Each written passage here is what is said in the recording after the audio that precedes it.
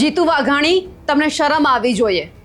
લઠ્ઠાકાંડ બાબતે જ્યારે તમે એવું કહેતા હોય કે સરકાર કે પોલીસ તંત્ર કોઈને નહીં છોડે, તો પછી આ વાત તમારે ન કરવી જોઈએ। એટલા માટે કારણ કે ગુજરાતની અંદર દારૂબંધી છે, ક્યાં કેટલો વેચાય છે, કોણ લેવા જાય છે, ક્યાંથી આવે છે, બધી જ સરકાર અને પોલીસ તંત્રને ખબર છે। તેમ છતાં કોઈ કાર્યવાહી નથી થતી। એટલે સવાલ અહીંયાથી એ ઊભો થઈ રહ્યો છે કે તમે જે સામૂહિકની વાત કરો છો એ રહેવા દો।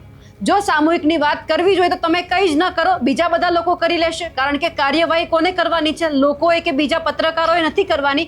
કાર્યવાહી માત્ર સરકાર અને પોલીસે કરવાની છે કે જે દારૂ આવે છે તેને બંધ કરવો જોઈએ, અને જેથી કરીને ગુજરાતમાં એવું કહી શકાય કે ખરેખર ગુજરાતમાં માત્ર નામની દારૂબંધી નથી।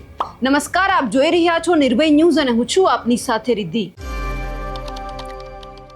ભાવનગરની અંદર જે લઠ્ઠાકાંડ થયો આ પહેલો નથી કે આના પછી નહીં બને તેવી કોઈ ખાતરી પણ નથી આપતું। ખાલી માત્ર વાતો થાય છે, અને આની પહેલા પણ ઘણા બધા લઠ્ઠાકાંડ ભાવનગરની આજુબાજુના વિસ્તારમાં બની ગયા છે।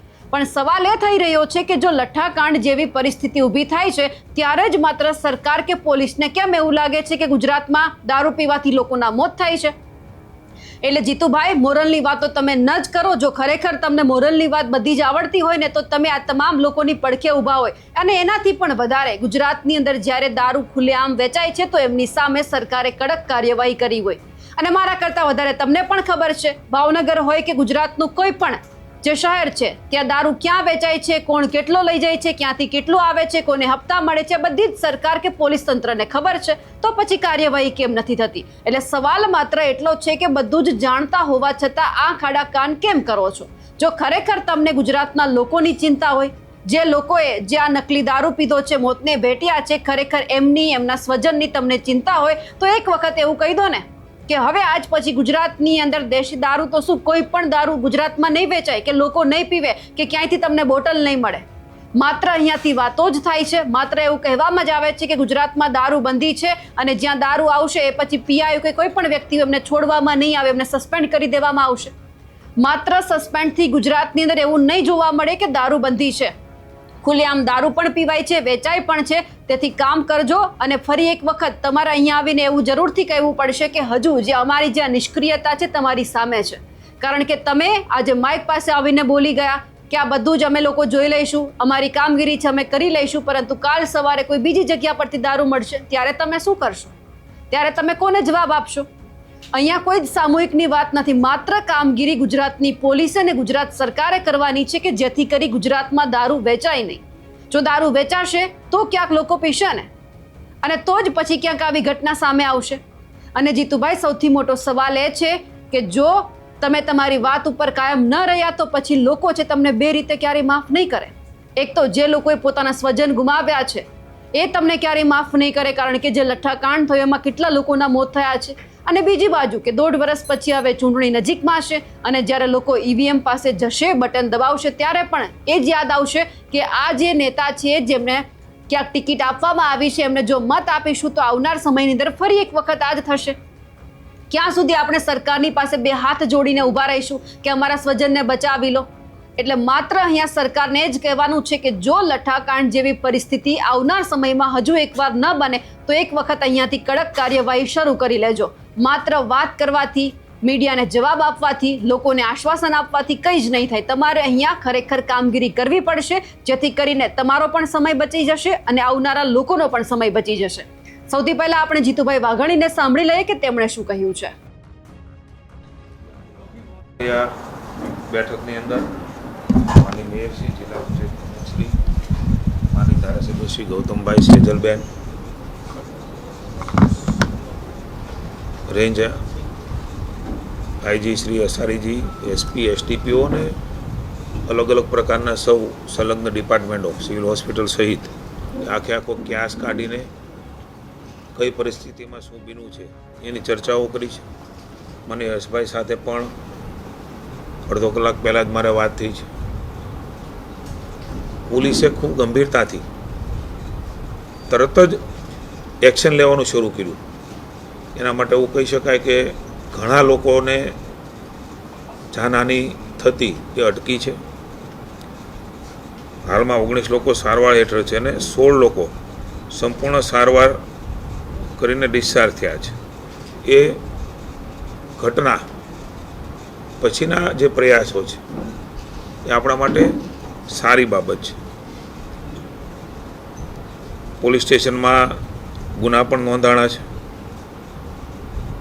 21 આરોપીમાંથી 13 આરોપીઓ એની અટક કરી છે અને 10 દિવસ સુધીના રિમાન્ડ મળવા એ પોલીસે કરેલી રિપોર્ટના આધાર ઉપર એ ફલિત થાય છે. મુખ્ય સૂત્રધાર ગૌતમ સોલંકીને રહીશની પણ અટક કરવામાં આવેલ છે અને બીજા 2 પણ ગુના એમની ઉપર થયા છે. રાજ્યની સરકારે મુખ્યમંત્રી ભૂપેન્દ્રભાઈના માર્ગદર્શનને આદેશની નાયબ મુખ્યમંત્રીશ્રીએ પણ હર્ષભાઈ ખૂબ ગંભીરતા લીધી. એ જ દિવસે જાણ થઈને એસએમસીને તપાસ આપવાનું કામ પણ રાજ્યની સરકારે કર્યું. એટલે ક્યાંય કોઈ પણ વસ્તુ એ રાજ્યની સરકાર છુપાવવા માગતી નથી. જે કંઈ ઘટના બની છે એ ઘટના પ્રત્યે સંવેદના અને દુઃખ છે. ઉચ્ચ કક્ષાએ સીધી જ તપાસના આદેશ એ પણ અપાણા છે. એમના અધિકારી સાથે મયુરસિંહ સાથે પણ મારે ચર્ચા થઈ છે. તપાસના વિષયો છે. તપાસ એ આગળ કરી રહ્યા છે. 29 જેટલા લોકોને પોલીસ દ્વારા શોધીને મેડિકલ તપાસણી કરી અને જરૂરી સારવાર પણ પોલીસે ઝડપથી પાછી લઈ લીધી. કેટલાક લોકોના ધ્યાનમાં આવ્યું એટલે કેટલાક લોકોએ કદાચ ફોડી પણ નાખી હોય, એનું સેવન ન પણ કર્યું હોય, પણ કંઈ પણ છોજ રાખ્યા વગર પોલીસે પણ સંવેદના અને માનવતાથી આ કામ કર્યું છે. આપણા સૌના ધ્યાનમાં છે. બનાવ બીનો પુનઃ એકવાર કહું છું, એનું દુઃખ છે પોલીસને પણ છે, અમને પણ છે અને સરકારને પણ છે. એ ઘટના ઉપરના એક્શનો પણ ખૂબ સખ્તાઈથી રાજ્યની સરકાર લેવા માગે છે. જે કાંઈ લોકોની નિષ્કાળજી ધ્યાનમાં આવી છે પ્રાઇમરી, એ 2 પીઆઈને અને 5 જેટલા પોલીસ કર્મચારીઓ, જેમાં એક એએસઆઈ પણ આવી જાય છે, એમને સસ્પેન્ડ કરી અને રાજ્ય સરકારે એ સખ્તાઈથી કામ કરવા માગે છે. એ માટેનું પણ આ પગલું એ લીધું છે.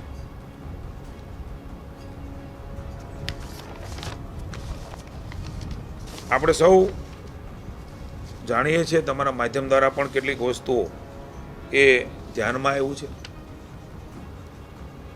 કે કોઈ પદાર્થો ભેળવીને આ પ્રકારનો વેચવાનું કામ જેમણે પણ કર્યું છે, હજી પણ એસએમસી દ્વારા કડક હાથે કામ લેવાનું અને આ ઘટનાઓ દ્વારા શીખીને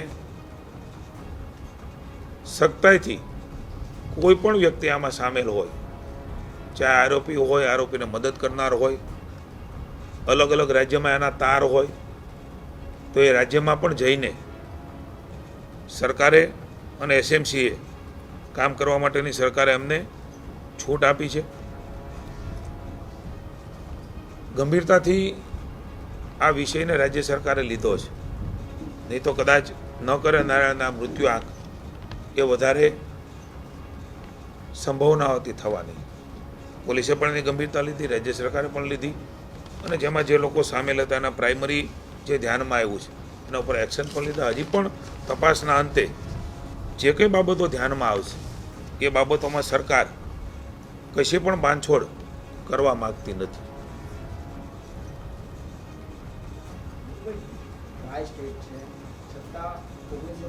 થાય અને એક બાજુ આ પ્રકારની જે ઘટના બની છે એ ઘટનામાં વધારે મુશ્કેલી ન થાય. હજી પણ કેટલાક લોકો હોસ્પિટલમાં છે તો એને શ્રેષ્ઠ સારવાર મળે એના આદેશો માનનીય મુખ્યમંત્રી ભૂપેન્દ્રભાઈ પટેલે પણ ત્યાંથી કે અહીંયા આપ્યા છે. સતત અમારા માનનીય મંત્રી શ્રી પરસોત્તમભાઈ જેનો મત વિસ્તાર આવે એ પણ માનનીય હર્ષભાઈ અને અધિકારીઓને સાથે સંપર્કમાં છે. અમારા સૌ ધારાસભ્યશ્રીઓ, અમારી પાર્ટીના પ્રમુખશ્રી દિગુભા હોય, અમારા પ્રમુખ કુમારભાઈ હોય, તમામ લોકો સંવેદનાથી આ ઘટનાને જોઈ રહ્યા છે. કોઈ પણ જાતની રાજનીતિમાં પડ્યા વગર હાલ જે કરવાનું છે તત્કાલ કરી અને જેમને પણ આમાં દોષિતો હોય મેં એટલે કીધું કે હું અલગ અલગ પ્રકારે ક્યારેક વાત કરવાનો મોકો મળશે ત્યારે કહીશ. વ્યક્તિ એ માનવ જીવ છે, એ કોઈને કોઈ રીતે રસ્તા કાઢવાના પ્રયાસ હોય છે. પણ આપણે સૌ સાથે મળીને ઈચ્છે કે એવું વાતાવરણ ઊભું થાય કે મારાથી કોઈને નુકસાન ન થાય. હું કંઈક મારા નાની મોટી પ્રવૃત્તિ માટે થઈને, મારા ધંધા રોજગાર માટે હું અન્ય પણ પ્રવૃત્તિની વાત કરું છું, ન માત્ર એક. સાથે મળીને મારા સ્વ માટે અન્યને નુકસાન ન થાય, સમાજને નુકસાન ન થાય, વ્યવસ્થાઓને નુકસાન ન થાય, એની ચિંતા કરવાનો સમય મને એવું લાગે છે કે સામૂહિક રીતે આવ્યો છે. કોઈ એકના સમયમાં ઘટના બની એને હું મૂલવા નથી માગતો, કોઈ અન્યના સમયમાં ઘટના બની ત્યારે સુધી તેને મૂલવણી કરવા નથી માગતો.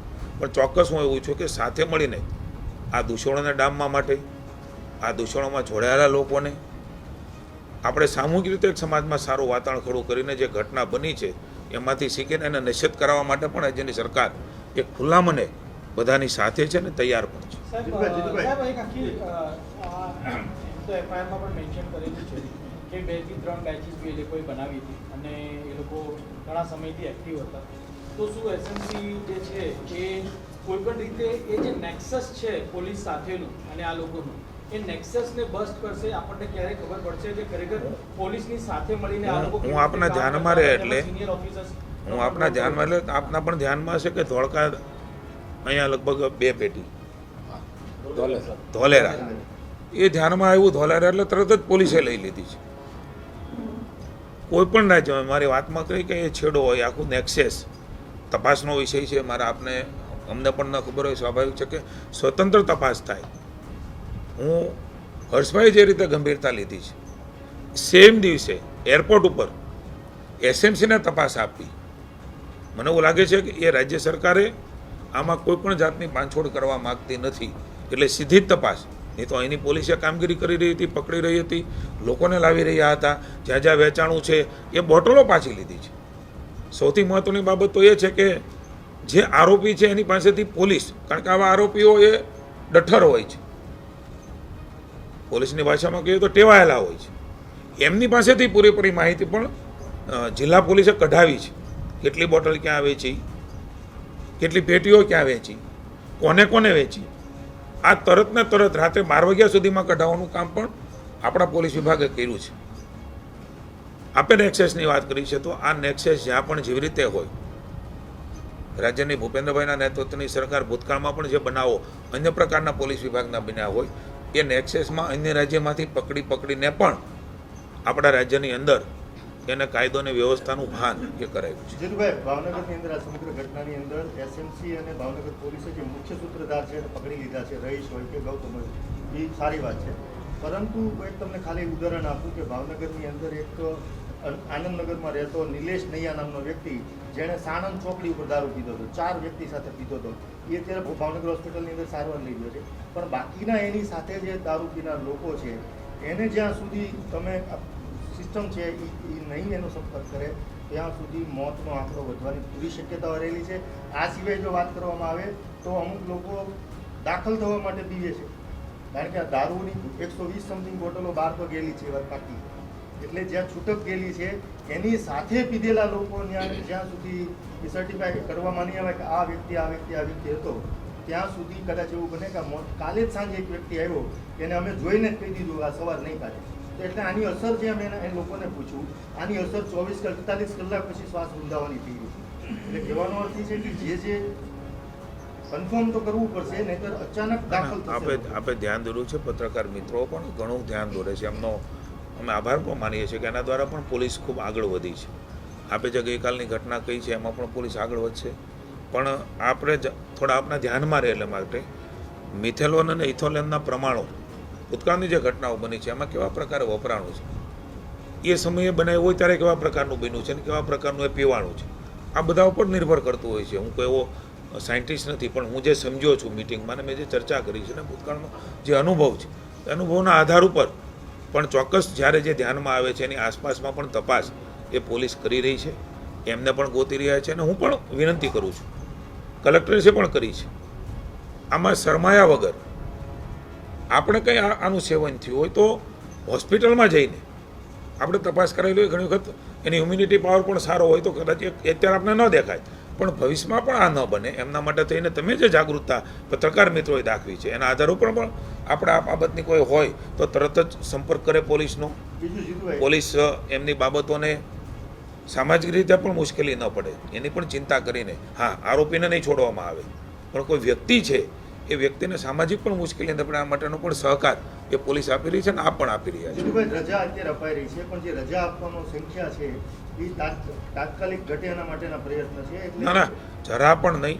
એટલા માટે એ રોકવું પડશે. રજા તાત્કાલિક હું આપના ધ્યાને મૂકું, કારણ કે આ જે દર્દીઓ છે એને અસર લાંબા કલાકો હું આપના ધ્યાને મૂકું, કોઈ રિપોર્ટ વગર રજા આપી શકાતી નથી. રિપોર્ટ ઓન રેકોર્ડ હોય છે.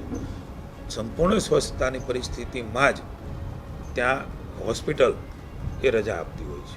છતાં તમે કીધું છે ત્યારે ડીપમાં જશું, પણ ક્યારેય જ્યારે પોલીસ એને સામેથી પકડીને દાખલ કરાવી રહી છે, એની સારવાર કરાવી રહી છે, શોધી રહી છે, તમે પણ કેટલીક વાતો કરી છે એમાંથી પણ શોધવાનો પ્રયાસ કરીશું, ત્યારે આ પ્રકારનું મને એવું લાગે છે કે કોઈ ગેરમાર્ગે ન રહે એટલે હું વાત કરું છું કે આ પ્રકારનું ક્યાંય પણ પોલીસ અથવા તો અમારો વિભાગ સર્ટી હોસ્પિટલ આ બધાની બાબતોની અંદર આપણે મને એવું લાગે છે કે ખોટી કોઈ માહિતીના આધાર ઉપર આ પ્રકારની વાત ન ફેલાય જેનાથી એના પરિવારને ચિંતા થાય. ચોક્કસ આપના ધ્યાનમાં હોય તો અમારું ધ્યાન દોરો, પોલીસનું ધ્યાન દોરો. આવું થયું છે તો એની ઉપર પણ અમે એક્શન લેવા તૈયાર છીએ. આવું લગભગ સંભવ નથી, કારણ કે આવી ગંભીરતા આખી રાજ્ય સરકારે લીધી છે અને હજી પણ એ ગંભીરતાપૂર્વક જ રાજ્ય સરકાર આગળ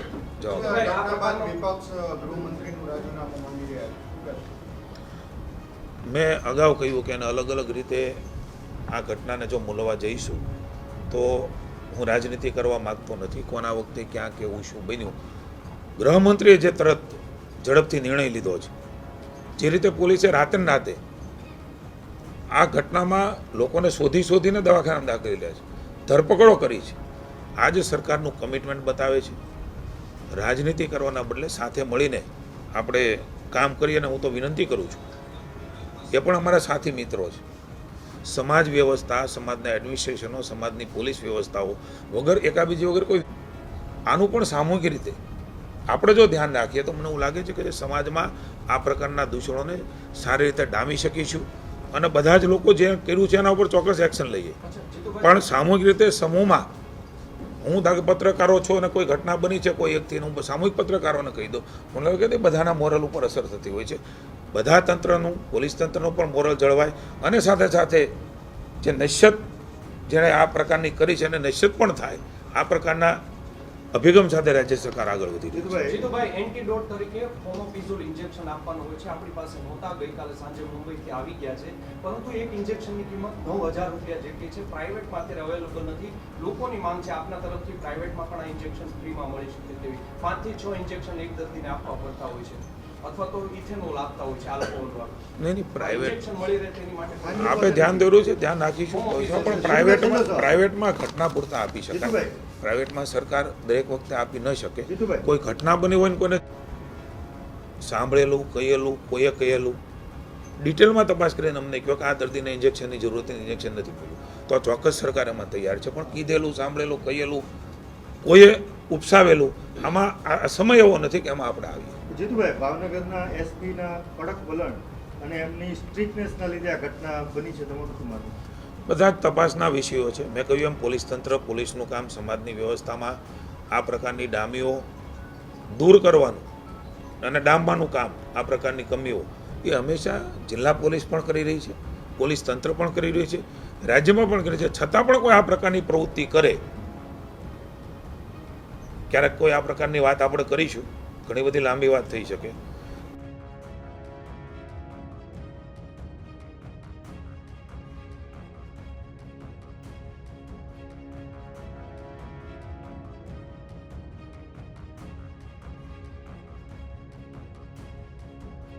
પ્રકારની પ્રવૃત્તિ એ પોલીસ જ્યારે ડામતી હોય છે ત્યારે આવી પ્રવૃત્તિ ન કરે ને ધ્યાનમાં આવે તો એને પણ પોલીસનું ધ્યાન દોરીને નિશ્ચિત કરવાનો પ્રયાસ કરીએ. સાહેબ, એક છેલ્લો સવાલ. આ જે મિથેનોલ લીક થાય છે મિલની ઇન્ડસ્ટ્રીઝમાંથી, 2022 વખતે પણ એવું કહેવામાં આવ્યું હતું કે અમે સ્ટ્રિક્ટ એક્શન લઈશું. સરકારે કીધું હતું કે ઇથેનોલ જે છે ઇન્ડસ્ટ્રીયલ કન્ઝમ્પશન માટે છે, એ હ્યુમન કન્ઝમ્પશન માટે ન જાય એના માટેના સરકારે જે તે સમયે કીધું હતું કે અમે લોકો પૂરા પ્રયાસ કરીશું કે ન જાય. તેમ છતાં પણ અત્યારે ફરીથી લીક થઈને લોકો સુધી પહોંચ્યું છે. એના માટેના સાહેબ શું એટલે કોન્ક્રીટ સ્ટેપ શું લેશે સરકાર? એ વખતે કહ્યું હતું ત્યારે પણ લીધા છે. આખી સિસ્ટમમાં કોઈને કોઈ રીતે બધા જોડાયેલા હોય છે. સિસ્ટમમાંથી ક્યાં લીકેજીસ કોને ત્યાંથી થયું છે પણ તપાસનો વિષય છે. પણ અન્ય લોકોના ન મળે એના માટે તેને ભૂતકાળમાં પણ વ્યવસ્થા કરી છે અને આ વખતે પણ ક્યાંથી કેવી રીતે થયું એ તપાસ કરીને એ પ્રકારનું ન મળે એના માટેની પણ વ્યવસ્થાઓ કરીશું. પણ કાયદો, વ્યવસ્થાઓ, નીતિ નિયમ આ બધું તો છે જ, છતાં તમે એનું જાણીએ છીએ કે આ પ્રકારની જે પ્રવૃત્તિઓ કરી રહ્યા છે એ કોઈને કોઈ રીતે ક્યાંક જગ્યા કાઢે ત્યારે જગ્યા પૂરવાનું કામ આપણે કરતા હોઈએ છીએ અને ભૂતકાળમાં પણ કીધું છે. હવે પણ આગામી સમયમાં પણ તપાસના અંતે જે નીકળશે એમાં કરીશું. સોશિયલ મીડિયામાં એક અત્યારે મૂવમેન્ટ શરૂ થઈ છે કે ગુજરાતમાં દારૂબંધી હટાવે. આ બાબતે સરકાર કઈ આયોજન કરે છે કે હટાવી શકે કે? રાજ્ય સરકારનું સ્ટેન્ડ ક્લિયર છે. અગાઉ પણ હતું, અત્યારે પણ છે. આવા કોઈ વિષયોમાં રાજ્ય સરકાર કે દારૂબંધી હટાવવાના વિષયમાં પહેલાં પણ નહોતી, આજે પણ નથી ને આવતીકાલે પણ નહીં હોય.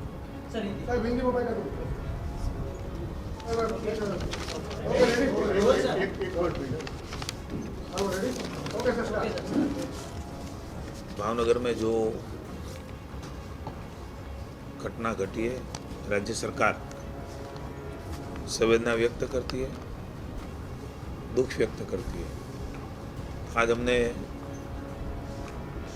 उच्च स्तरीय पुलिस अधिकारी की मीटिंग ली है. उसमें हमारे एमएलए, मेयर श्री, जिला अध्यक्ष श्री सभी उपस्थित रहे. पूरी परिस्थिति का क्यास हमने निकाला है. माननीय मुख्यमंत्री भूपेंद्र भाई पटेल, नायब मुख्यमंत्री और गृह मंत्री माननीय हर्ष भाई संघवी मॉनिटरिंग कर रहे हैं. एसएमसी को ये पूर्णतः तपास दे दी गई और एसएमसी आगे की तपास कर रही है. पुलिस ने ये घटना होने के बाद तुरंत ही एक्शन लिया है. जिसने भी ये सेवन किया है उसको अस्पताल में पकड़ के ढूंढ के दाखिल कराया है. हमें दुख है कि उसमें से आज की तारीख में 8 लोगों का निधन हुआ है. हम संवेदना